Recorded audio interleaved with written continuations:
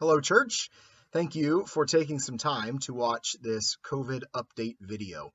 If you have been following along through our Lifeline, which is our monthly newsletter, and through some of our online communications, you'll know that we've spent quite a bit of time gathering information from all of you about in-person worship and also working as a COVID-19 task force to gather information from the CDC and other health organizations to figure out the best way for us to move forward with in-person worship in the near future at Lord of Life. And so this video is kind of a culmination of some of the information that has been coming out in bits and pieces over the last several weeks. Several weeks ago, we had some online Zoom forums where we presented some information and then gave you opportunities to ask some questions and have some things either be answered or at least gave us some things to look into in the future. And so the first couple of clips that you'll see are from that. There's a clip from Pastor Lowell talking about worship and what it's been like during this time. And you'll also hear from Liz Zimmerly, who is a member of our congregation, is also a nurse and an administrator at UC Westchester. And she has been helping us navigate the world of CDC and their recommendations and putting all of that technical jargon into things that we understand. And so she'll present a little bit about the standards and the strategies that we are utilizing in order to figure out the safest way to get back to in-person worship and back to just using our building in general. Then you'll see a clip from this past Sunday on the 21st from Greg Hasselbeck, who is the chair of our COVID-19 task force team and also a member of our Lord of Life Church Council. And he will explain a little bit about some of the things that we've already done as part of that task force. We've been meeting for several weeks and have done things like figure out safe ways to bring in vendors into our sanctuary so that they can do all the construction that they need to do for our Share the Light fire suppression system, and that is currently underway, as well as bring staff back into the office. And so actually, starting next week, after the 28th, we will start to have some regular office hours, Monday through Thursday in the morning, and then obviously by appointment after that. So the staff will be back into the offices, and you can reach them there, stop by and talk to them if you want, as long as you bring a mask. We do have some disposable ones. If you want to stop by and you forget yours, you can, but we're trying to keep everyone safe in the office as well. And then last but not least, you'll see a little video voiced by me, which will walk you through the results of the survey we asked you to fill out several weeks ago. So we got a lot of response from that. We're really happy with that, and we're using those statistics to help us prioritize which things we need to be working on as the task force in order to bring us back in a safe way and in a way that people want. So I encourage you, if you've already seen the first couple parts of this video, to at least scroll to the end where you can see the results of that survey. We want to be 100% transparent with you, and we told you that we'd collect that data, but then we also wanted to share it back to you so that you know that the decisions we're making are based on the data of what our congregation wants in conjunction with best practices from the CDC. So enjoy these little clips of videos all put together. If you have any questions at the end of this, please do not hesitate to reach out to Pastor Lowell or myself or Greg Hasselbeck, again, who is our chair of our COVID-19 task force, and we would be happy to answer any questions you have. Have a great day. I wanted to share a couple of photos. I'm assuming that, hopefully you've been able to join us for online worship. And let me say again, what a phenomenal gift that is during this time. These are a couple of photos that people have submitted. I think it's on panel 3. A couple of photos that people have submitted. So the one on the right is a picture of one of our preschool kids. Corey and I have been doing preschool chapels, but then some of those families also tune in for worship stuff, not only Sunday morning, but we record it. And so it's out there during the week. And so some of those preschool families that don't have a congregation have an opportunity to do that. And then you can see Pilvi and her family that checked in last week for Graduate Sunday all the way from Helsinki, Finland. So that's cool. And then for some reason, people keep sending us pictures of their dogs coming to church. And so I guess that's awesome that canines are being saved. I have not seen a picture of a single cat yet attending worship. So I don't know what that says about the felines, but there you go. Cats are evil. Cats are evil. Hey, would somebody send John Johns the link, please? He just sent me a text asking for that text. Thank you. So, and so that's a real gift. But then also the reality of the next slide there is it'll be nice once we're back together again. But the combination of not being able to wear pajama pants or mute the preacher is going to be kind of an issue. So as we talk about this today and about the road ahead, we certainly delight in the ways that God has been able to supply us with technology and make these days happen. And a big shout out to everybody who's been part of that, especially Corey for all the worship moments, and Kara for pulling all those things together, and then John, who's doing a lot of the video and sound work and editing.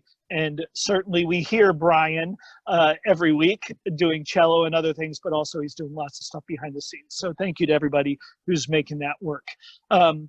One of the members of the COVID task force, as we're calling it, is Liz Zimmerly, who's a nurse and works for Westchester Hospital for UC. And so she's been an essential component of this team, kind of walking us through some of our early conversations. And so we just asked her if she would share what she's been sharing with us, with all of you. There's really no way to distill all of this down into a lifeline or into an email. So thank you for checking in today. I just think some of this information and the way that we're approaching stuff is so helpful. And so thank you, Liz, for being part of this team. So we'll turn it over to Liz. Good morning, everyone. Super excited to be sharing what we've been working on with all of you over the past couple of weeks. Really, what I have helped the church with is adapting the guidelines set forth from the CDC, the Ohio Department of Health, and how that integrates into our worship, as well as all of us convening eventually to getting back to a safe start in a COVID-19 world, as we know that it's not going anywhere anytime soon. The phases that I'm going to talk about are the phases in the terminology adopted, I believe, by the governor of Ohio, as well as the CDC, as they've kind of have been discussing everything opening, phase 1, phase 2, and phase 3. And as we just need to remember, the fluidity of the situation continues to evolve as we learn more about COVID-19, but as well as where someone might be in a phase 1, others might be in a phase 3. I use that example for some of our manufacturing, engineering, they got started phase 1 earlier than our hair salons or our gyms. So that is the discussion of the phase 1, the phase 2, and the phase 3 that we might be talking about. Next slide. Okay, so this is a diagram that I've shared with Church Council, with our COVID-19 task force, as well as our MACs, and it really integrates how we continue to evolve our decisions and our plans, and how it really expands and how it may affect you as a member, as a MAC group or process owner. So we've taken our core team of our COVID-19 task force to really develop a strategic plan of how mitigation objectives and for a safe start of Lord of Life. We have been using the CDC and the Ohio Department of Health, as well as the ELCA and the Southwest Ohio Synod, and all of those great resources to remain compliant with all regulations and or recommendations as they've been changed to, but really keeping safety at heart for everybody as we continue to evolve and adapt different measures as we move forward. So we've then integrated those core strategies, and I believe that we're kind of still at the infantile stages of that, of really developing, what are our goals for different tasks and what are our first, objectives we want to tackle first, but then really expanding that into our MAC and our church council and our Vail community as we identify processes activities and ministries for each respectable area. And then really using those key stakeholders and how our process owners and individuals who can help access our pre-COVID-19 plan for how we used to do our work before in our ministry, and really taking that before, adapting our new processes and our new safety measures in place, and then implementing them so we can continue, if we're able to continue, those ministries with remaining within those safe guidelines and the safe constructs that have been recommended by the medical community, by the scientists, and then really getting it out to the members who can help implement the different phases, and then who can help carry out our mission is our ultimate goal. So really taking that and building it as we build up to eventually reach all of our members. Next slide. So this is really how it kind of looks, and this is our strategic plan led by a common goal. So we have our core infection control practices, which could be our cleaning practices, our cleaning supplies, the equipment that we have, social distancing, wearing a mask, removing high-touch items from the normal plan or the normal environment that we used to have, and how that overlays with our ministries, and really how we have to consult our resources and our guidance recommended from the Ohio Department of Health, the Center for Disease Control, and the ELCA, and the belief that we've chosen those as our key strategies and our key resources, because as this is an ever-evolving situation, those are going to be tried and true, and those are really our gold standards for how we want to adapt and adopt, and using those standards and those resources continually throughout the process. So we're kind of not cherry picking different things, as I like to call it, from different resources. So, and then as you could see in the middle of that Venn diagram is really the members and how it all has to come together so that we can promote a safe space and safe practices to keep everyone safe at Lord of Life. Next slide.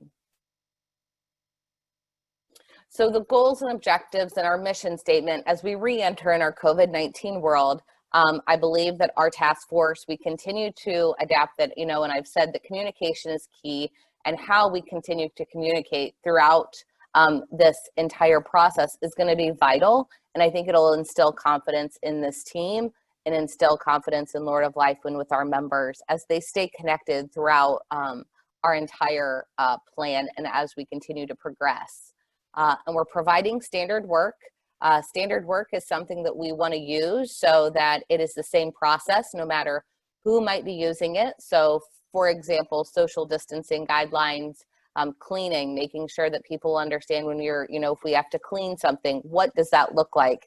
Because if we have the tools that we at our disposal, well, we want to really ensure that we can use those to their optimal process to ensure that we have a good process for that. And using a strategic framework for each area of the church that's going to need mitigation, really work with the key process owners, if that's a MAC or a different leader of that group, because they know the work process and the flow of how things normally go. So we hope to be able to use our task force, our mitigation strategies that we've decided on as a team, and help implement that. And what will that look like? And then there's a lot of different sources of information, as most of you know, with access to social media, and everybody pretty much has a computer at their tips of their fingers. And so we really decided what the source of truth would be. And really, I've been evaluating them often as, like I said, the COVID-19 world is very fluid, but really making sure we're staying up to date and abreast as the most latest information is available to us, and then pushing that out to our team, and then pushing it out as you saw in that diagram as we build to all of you. Next slide.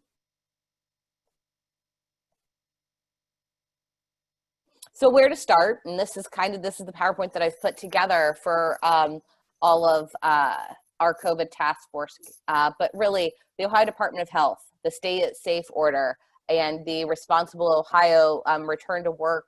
And as those orders continue to change, staying up to date with those, and then using the various checklists and resources that are available with the CDC and the Ohio Department of Health, utilizing those.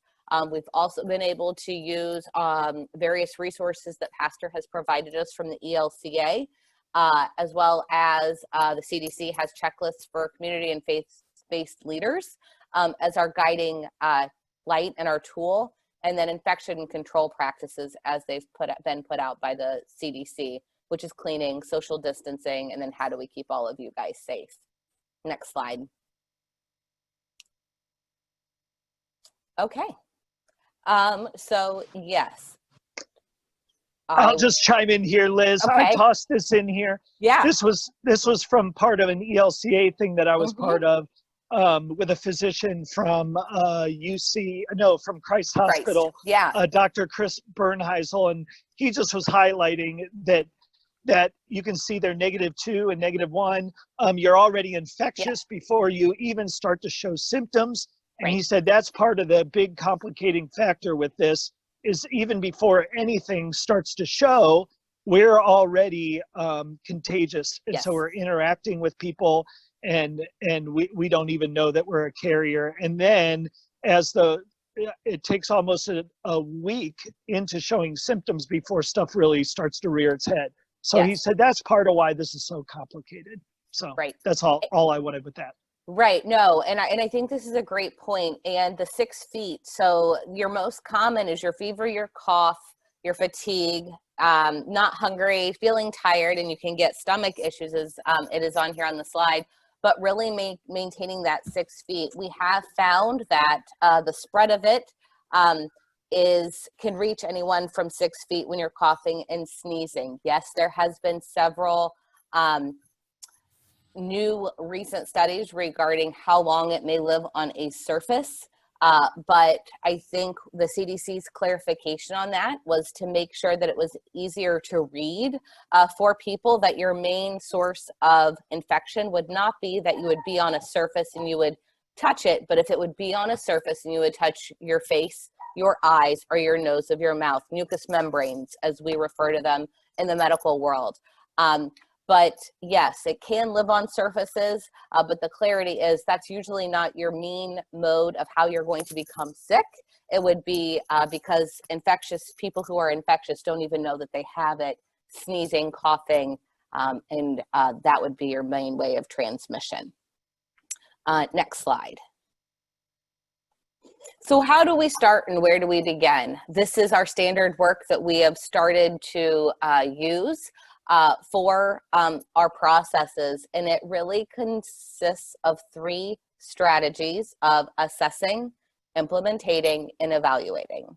So we're doing our assessment, what is our highest priorities, and what rules do we need to follow? And I say rules, but really guidelines do we need to follow to make sure that we're safe? How do we implement using those current practices and those rules and those guidelines from the CDC, the Ohio Department of Health, to effectively achieve our goal and to keep everyone safe, and what mitigation strategies need to be put into effect, and then evaluate. Really, it's a key. Are these strategies realistic? Do they keep everyone safe? And are people able to follow these? Because if they're very difficult rules to follow or strategies to follow, I like to say, they're not going to be easy for folks to follow. And we have to consider our wide range of ages with the church community. Not only do we have adults, but we have older adults and we have children. So the assess, the implement, and the evaluate are continual cycles that we do as we implement different strategies and as we go throughout our phases. And so that's really going to be key for the success of as we continue and as we get started with this. Yeah, so just a little bit about communication. We're trying everything to get the word out. And so hopefully you received a pastoral letter that talks about not only about COVID stuff, but also some other things that are happening. We're also trying to send focused email things. So in addition to some folks that get stuff from the prayer chain and our Thursday thing, we also want to send out stuff like that. We're trying to do social media blitz. We're trying to do announcements during worship. And then as far as Liz was just talking about, that there's signage up all over the church. And we're requiring right now for for certain things to happen when people are there. So you're required, including the people that are there right now, working as part of fire suppression, to wear a mask and to do the hand washing thing. And we only have 3 bathrooms that are open right now, and those are being cleaned daily by Ava Feebig. And that communication is only going to ramp up as we get closer to being there in person. So yeah, so the next slide, if you want to go there, Greg, shows a little bit of those are the signs that are up at the church, in addition to 2 or 3 other signs that are up. And those signs are also all out by the shed for the lawnmowers, so they can be reminded of those things too. And then also out at the garden. Right now, Jenny and Eric Gruber and their family are the only ones that are working out there, but just as a reminder, you know, that, hey, pay attention if you have these symptoms, and about all those guidelines. So yeah, you want to go to the next slide there? Yeah, so these are some of the things that Corey and I have been hearing as pastors. And so maybe you've been thinking some of these things too. Sorry, I'm moving my phone around there. So you can't open the church building yet. It's a huge health risk. You are wrong if you do. It's all a big hoax. I mean, we hear all these things like in tandem. And so we're riding this fence all the time. It's a conspiracy, media frenzy. Read this article, this link, don't be afraid. You know, there are people, many of us by now probably know somebody who's had somebody who's tested positive, and maybe has had someone who's died. Here's 25 things that you need to know if you want to meet in your building again. Not only have we had all this stuff from Liz, which is fantastic, but our Southern Ohio Synod and our ELCA and Butler County, you know, are throwing us stuff almost seems like every day. And so how do you read and distill all that stuff down? So my family's going to stay home for a while before coming back. Sorry, we just can't be there. Yep, heard that too. Don't ever open the building again. Home is so much so much better. Jammies and free beverage refills from your couch. I certainly have also enjoyed sitting on the couch with my family for worship on Sunday, so I get it. Nutella on a warm croissant, way better than eating the donuts in the narthex. I'm just saying. So, and then we need to open the church building now. I need to be there and see everyone. What are you waiting for? I will tell you, it was such a delight, even though we were 6 feet apart, to see the Kramers and the Paynes and the Wagon Fields in person, along with some other people today as part of that march. Man, I miss seeing and squeezing your little faces. And so that's part of it. We yearn to be together. Yes, we want church and all that good stuff there too, but the fellowship and the social time and the communal mourning and longing and celebrating is part of what we do. So Greg, if you go to the next slide, we purchased 300 of these so that we all can all come back together for worship. This is an actual machine that Chris Bernheisel shared a picture with us, and this is how they measure particles in Germany, and that's how they can tell the different levels of the large particles all the way down to the minuscule stuff. And short of getting one of these, there's no real way for us to understand how things are being emitted by us in our space. So you've probably seen what some people are doing with the social distancing with the 6-foot rule. And so Greg, if you want to pop to the next one, here's a picture from New York City last week. And this is kind of cropping up everywhere because the 6-foot rule, if my circumference of 6 foot around me is very different than 6 feet around the Mickelsons. And so you also need a 6 feet of bumper in between for people to move. So that's why those are apart instead of circles being right up on each other. If you'd go to the next one, this is a classroom that has already been set up in Middletown, Ohio for 6-foot social distancing for the fall. And so if you've been in a classroom lately, you can understand why this is so complicated and complex and difficult, especially when you're talking about littles that don't quite understand or observe the reality of being 6 feet apart. And so not only are there usually desks in between those desks, front to back, but there probably also was a row in between there. So Greg, if you want to go to the next one. This is an initial mock-up by Art Hupp of our spaces. And so this starts to get to why it's so complicated for us to start thinking about coming back. The one on the left is our sanctuary. Position A all the way to the left, that's the altar area. And for this to the right on that, these are two drawings. The one on the left is our sanctuary. The one on the right is our fellowship hall. So not wearing a mask and singing or preaching when you're presenting, when someone is performing, presenting, they say that the 6-foot rule isn't enough. If I'm preaching, I'm not going to be wearing a mask. If John is singing or performing somehow, he's not going to be wearing a mask. And so that 6-foot rule all of a sudden becomes 18 feet is what's recommended by the Center for Disease Control right now because of sharing particle.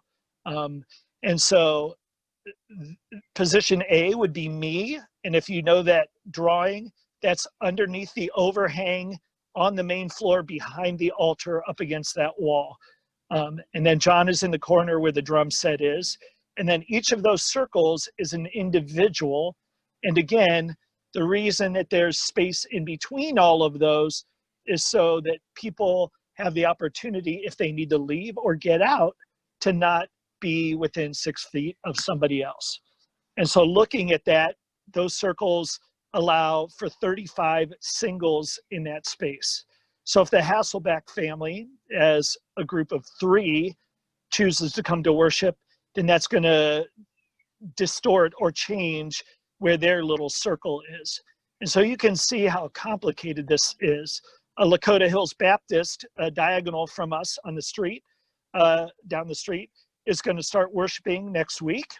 And they have a registration because they want to know who's going to be there at what time in what size family group so that they can design who's going to be where in these circles. And when they reach their occupancy under the 6-foot distancing, then that service is full.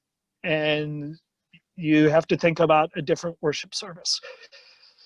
So looking to the fellowship hall, you think, oh, well, that's a nice big open space. That gets better. No, actually, that gets worse. We dropped from 35 to 21 singles. And part of that is because the pastor and the musician are hogging a good 25% at the southern end of that fellowship hall. So then with Lorianne and with many of our Lord of Life people and with myself and Corey and John, we think, oh, outside is the answer. We can go out there. So Greg, if you would bop to that.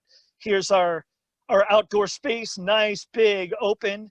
The drawing on the next page only shows if we're on this side of the tree line, but you can look there and see what that is. With some chairs back there in the lawn. Again, these are all single 6-foot distancing.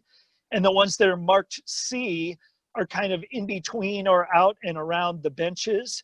That only allows for 28 singles in the existing benches, 6 singles around our 3 picnic tables back there. So that's 1 person at each picnic table, kind of diagonal, and then 15 out in the lawn area for a total of 50 singles. So again, if our people are going to be out there in any kind of other way, other than being by themselves, that only allows us for 50 people. Now again, position A, position B, that would be a pastor preaching, and that would be a vocalist with a couple of musicians webbed in between. And so you can see how quickly this just gets complicated. And so we've also been talking about, well, what some churches are doing, drive-in stuff. And so we've priced out FM equipment to set that scenario up. We've thought about, well, going on the other side of the tree line would almost double this. We've thought about all kinds of scenarios. And so we're still plugging away through that and considering that, and we'll keep you posted on those things. But yeah, hopefully this gives you a sense of how complicated this is. And I would guess that after seeing some of this, you probably have some questions. I haven't looked in the chat here, but we can do that and answer some questions about worship at this time. Or you can unmute and just ask if you want to. And I'll just tag on that while people are coming up with their questions. If and when we get back to one of these scenarios of worshiping in person, there's two options really that I want to put out there. One is that if we're worshiping, let's say indoors, and we have the video feed equipment, then we can not only have a live service going on, but also that could be our online feed to everyone. The other thing is, like, if we're doing something outside, we don't have the video equipment out there to do a live feed for everyone else at home. And so that would mean then that the staff is going to be double producing, right? We're going to do an actual live service and a separate online service. So that weighs into some of our decision making. Do we have enough time to really do two different services every week? And then also with the filming and that kind of thing, I don't remember what my third point was, but yeah, that's it. So of how that works. So we've got to take some of that into consideration as well when we are figuring, what way. Oh, I know what it was. Is that it'll feel different, right? Because in this way, there's only one vocalist out there. So, it's very different from the full band experience you're getting now, to have one single vocalist. So, part of all of this is weighing these things, right? Is a robust music part of really what we want? If that's what the congregation really wants is robust music, then that means that we should probably stay with some more online stuff for a while before coming back. So there's a lot of questions that are kind of up in the air. And so as you're thinking about those questions and posting them, keep that in mind. I would also add that part of what we need to do is it's not like we can have an 8 o'clock service in the sanctuary, turn around and have a 9:30 service in there, because we're not going to be able to do that, because to sanitize that space, we need to get everybody out of there. We need to sanitize that space. And you probably have heard that when you're using those materials, they need to stay on there. And so what we would be looking at is, if we're going to try and have some kind of a scenario on a Sunday morning where we have our normal numbers there, it would be a combination of having the service in the sanctuary, having everybody leave, cleaning that space, having a service outside, sanitizing that area afterwards, and then either going to the fellowship hall for a third location, or by then going back inside. And maybe 3 services isn't enough to get us to be able to do that. Hi folks, I'm Greg Hesselbeck, and I'm a member of the COVID task force at Lord of Life, chartered with trying to reopen our building as we work through this COVID situation. And today I want to give you an update on where we are with returning to in-person worship. First, a little background on the task force. We've gotten things done to date, like how do we bring the staff safely back into the building? How do we bring vendors into the building to do work, which is important for some of the Share the Light work that's going on. I'll talk more about that in a minute. And how do we allow small groups to use our facilities to start meeting again in our building if they choose to do so. With regard to in-person service or worship, there are a lot of things we have to think through. So we're basically challenging ourselves to think through every aspect of worship, from before the service begins to during worship to afterwards. So we're thinking through things like foot traffic in the narthex. How do we handle seating and spacing and capacity? How do we handle simple things like going to the bathroom and access to the rest of the building? We've got a list of 23 items that we're working through right now. That list will probably grow. But right now, we're really paced by 2 other items that are not a part of that list. The first is the Share the Light work that I mentioned. We're having a new fire suppression system put in, and they will begin working on the sanctuary very soon. So the next couple of days, pews will be removed from the sanctuary and put into temporary storage. We want to make sure that the sanctuary is in good shape and safe. That's our biggest priority before we return to in-person worship. The other thing that's pacing us is just the spread of the disease itself. So we're watching the data and what's going on in our part of the world to make sure we feel like things are under control before we bring people back together. So week to week, one of the things we noticed this week is that something called the R value or the R naught value went up from 0.8 to 1.0, which means that now one person is getting sick for every one person that has the disease. So that number had been going down, which was a good sign, but now it's headed back up. So we're keeping an eye on things like that. So we'll continue to watch that data, and once we see that the data is at a plateau or a place where we feel safe, we'll be ready to return to worship. And that all goes along with just our priority of keeping everybody in the congregation safe as we think our way through this. One question we get is, hey, stores are opening, and how come stores are opening and we can't return to service? Well, the answer to that, at least our way of thinking about that, is when you're in a store like Target or Kroger's, you're moving around the whole time. And by doing so, you're minimizing your exposure to any one person or any one set of conditions because you're moving. Worship is kind of the opposite of that. You sit in the same spot relatively, the whole time for an hour, which increases your chance of getting infected or exposed if you happen to be sitting near somebody, or even in a tight space. It could be somebody who's not relatively near to you. So again, we're thinking about safety and trying to keep everybody safe as we work our way through this. So what's next for us? We have pushed out our return to service minimum date. We'd originally said July 5th would be the earliest. We're pushing that to July 19th based on the two things I just said. And we will revisit that decision every 2 weeks and communicate our thinking out to everybody through Lifeline or other means that we have to communicate with the congregation. So that's the update. I'm Greg Hesselbeck. If you have questions, please feel free to email me. Thanks. Hello, Lord of Life. This is Pastor Corey here, and I'm going to go through our returning to church check-in results with you. Thank you, everyone who took the time to fill out this survey. It's very important to us as we begin to figure out when and how we can return to in-person worship. So this gives us some statistical data that helps us prioritize which things are most important for us to look at first. So I'll walk you through step by step here. First off, we had about 201 people start the survey, and then about 176 actually completed it. So 88% of you that started it completed it. That's great. 176 completions is amazing. Thank you so much for taking the time to fill this out. I know it wasn't a long survey, but it was important. So thank you for completing that. We will have additional surveys in the future. And so again, it is very important that you fill these out because again, we'll use these as kind of markers to let us know where we're at and where we're going. So if we send you more of these assessments in the future, we will ask that you continue to be as responsive as you have been up to this point. So let's take a look at a couple of the questions here. First, question, as local governments begin to lift bans against churches meeting, which of the following best describes your attitudes towards returning to worship service at church?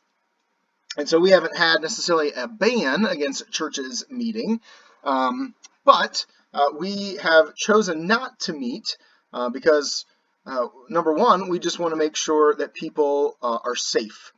It's an ethical issue to make sure that the most vulnerable among us are safe. And so right now, as you heard from Greg, we also have some other issues that are affecting our ability to meet indoors, and that is our construction for Share the Light. But as you can see from this, about 21% said I'll wait several additional weeks before I attend. 7% said it may be quite a while before I return, and I know from talking to some people that that could be 6 months to a year for some people. And then 6% said I'm not sure. So if you take this 21 and 7%, that's almost 30% of our congregation if we open the doors when we first are able to. About 30% are saying we can't be there, or we're choosing not to be there. And so that tells us that there is going to still be a demand and a need for quality online worship. And then 39% said, I'll return, but with some concerns and precautions. So not even those 39% are guaranteed to definitely come if certain conditions and precautions aren't met. So you'll see there that it's not going to be like everyone rushes right back and you're going to see all of your friends that you've been missing. There may be some people who we don't see for quite some time. What other type of activity best signals to you that it's time to open in-person worship at church? You'll see a lot of different answers here. The top one, the number of COVID-19 cases in our community is low. Also, as you heard from Greg, who got information from Liz, who you heard from earlier, our numbers in Butler County are on the rise. And so knowing that that is a big factor in whether people are coming back, that we'll take that greatly into consideration. You'll also see down here at the bottom all of the above 13%. So when you add that to the 24, we're already at 37%, closing in to over a third of the people saying they're not coming back until the cases in our community are low. So we're constantly looking at that. We'll move down here a bit. If local guidelines require all church attendees to wear a protective face mask, how would you feel about attending? 73% said, I am ready to attend in a mask. That's good because it probably will be a reality. The more data that we read says that, especially when you're sitting in a place and not moving around, and especially indoors, the more that you can protect your respiratory system, the better. And so I would encourage you, if you've not invested in a comfortable mask, that you do so. But here again, we have 19% saying, if I have to wear a mask to church, I'm going to stay at home and worship. And then 9% that's not sure. So again, this is going to put us somewhere potentially near 25 to 30% of our congregation not coming back right away if they need masks. Would you be okay if we had to check every person's temperature as they enter the building? 91% said yes. Part of the reasoning for that is a big indicator on whether you might have COVID or not is a fever and a temperature. And while all of these forehead scan thermometers may not be 100% accurate, they are pretty good at indicating that. And we want to make sure, again, that everyone is safe. And so if someone forgets to check their temperature at home before they leave, and we just went on the honor system, we would be remiss if we didn't also follow up with doing that at church. So if someone forgot or they didn't know that they had to have their temperature taken before coming to church, that they wouldn't be kicked out of church for the day, so to speak. So we want to make sure that we have that available. Would you be willing to attend a worship service at a different time than you typically attend to allow people to spread out more? 76% said yes, so that's great. 19% said undecided, and I get that. Some people are probably wondering, well, does that mean Monday at 4 p.m.? Because then I can't come to that. What we are hoping to do is to provide services as close to our normal worship times as possible. And then if we need to do some other things throughout midweek, we can offer some different times as well. So those are some ideas that we are thinking about for worship services. What type of precautions should be our top priority for worship gatherings? 63% said all of these. So we are really taking all of these things into consideration. You heard about some of those things from Greg in his video. The limiting or passing and of touching of things. So the days of passing an offering plate are going to be done for a while at Lord of Life. And so when we do come back to in-person worship, there may be a special spot somewhere in the sanctuary where a stationary plate sits and you can make your offering there. Or we highly encourage you to do online giving. You can even set that up on our website for a reoccurring gift, monthly, weekly, bi-weekly, however you want to do that. Encourage social distancing, which we will be doing, spreading out the seats. Addressing foot traffic patterns. Surprisingly, that is an important thing. If we have people all kind of clustered in 6-foot areas, but there's no way to get in and out of the room, you may not be able to use the restroom if you have to go in the middle of the service. So we have to provide some aisleways so that you can get in and out of your seats without rubbing up against people like you would in a pew. We will be providing some hand sanitizer stations. That's something we're working on right now. Limiting the gathering size. And again, that is something we're going to have to do, as you've seen from some of the photos, hopefully, of our sanctuary space laid out with kind of 6-foot circles. And you'll see then in those that we don't have the capacity to run services at our normal full size that we typically would. Do you expect the church to offer children's and student ministries as we resume? 47% saying maybe with good precautions, and then 25% saying no.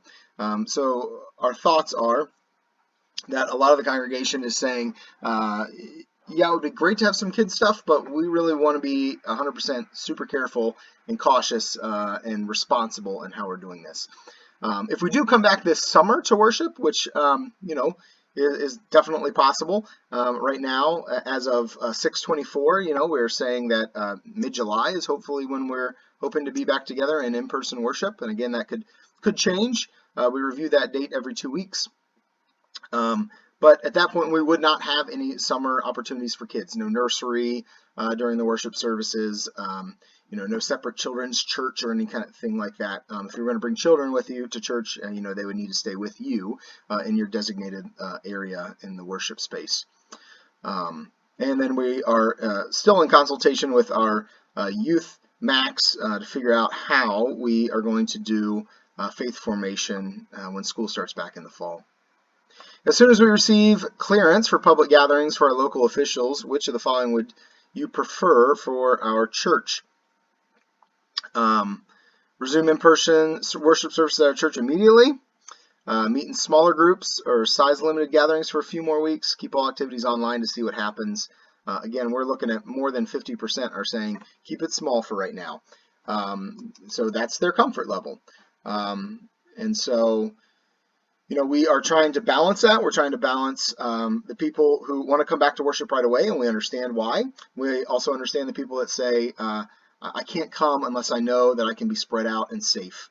And so we're working to balance that out so that everyone who wants to come back to worship right away can feel safe doing so.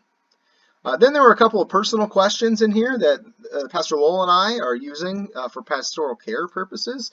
The good thing is, on this first question here, how would you rate your physical health? Most people are saying that they're doing pretty good. So we're glad to hear that. How much stress are you experiencing related to personal finances? You'll notice that we have some people in our congregation. We don't know necessarily who they are, but we have, 9, 10, 11, 12, 13 people that all said they're in that high stress, 8 and above. And so if you're one of those people, we encourage you to reach out to Pastor Lowell and myself. We have some resources available to help you in some tough times. And no one needs to know that you reached out to us and received that. Again, that would be anonymous. No one would need to know. But please reach out to us if you have some help. Also, congregation members, reach out to your friends. Make sure they're doing okay. Ask them how things are going. Along with that, talking about I am currently employed in a stable job situation. This may have even changed for people recently. But there are, at least 8 people or so in that 2 to 0 range that are worried about their job status. So again, if you are having some problems even finding employment, contact Pastor Lowell and I, and we may be able to put you in contact with some other people in our congregation that may be able to assist you in finding employment. I have people in my life I can count on no matter what happens. Again, a good turnout on this one. We're glad that people are feeling supported within our community. When I'm in crisis, I find my hope in God, quite a bit saying yes. And so we are glad that your faith is remaining somewhat strong during this difficult time. And then here you'll see a breakout here of what year people were born in. These different generations here that you'll see. And so most of our congregation ends up in the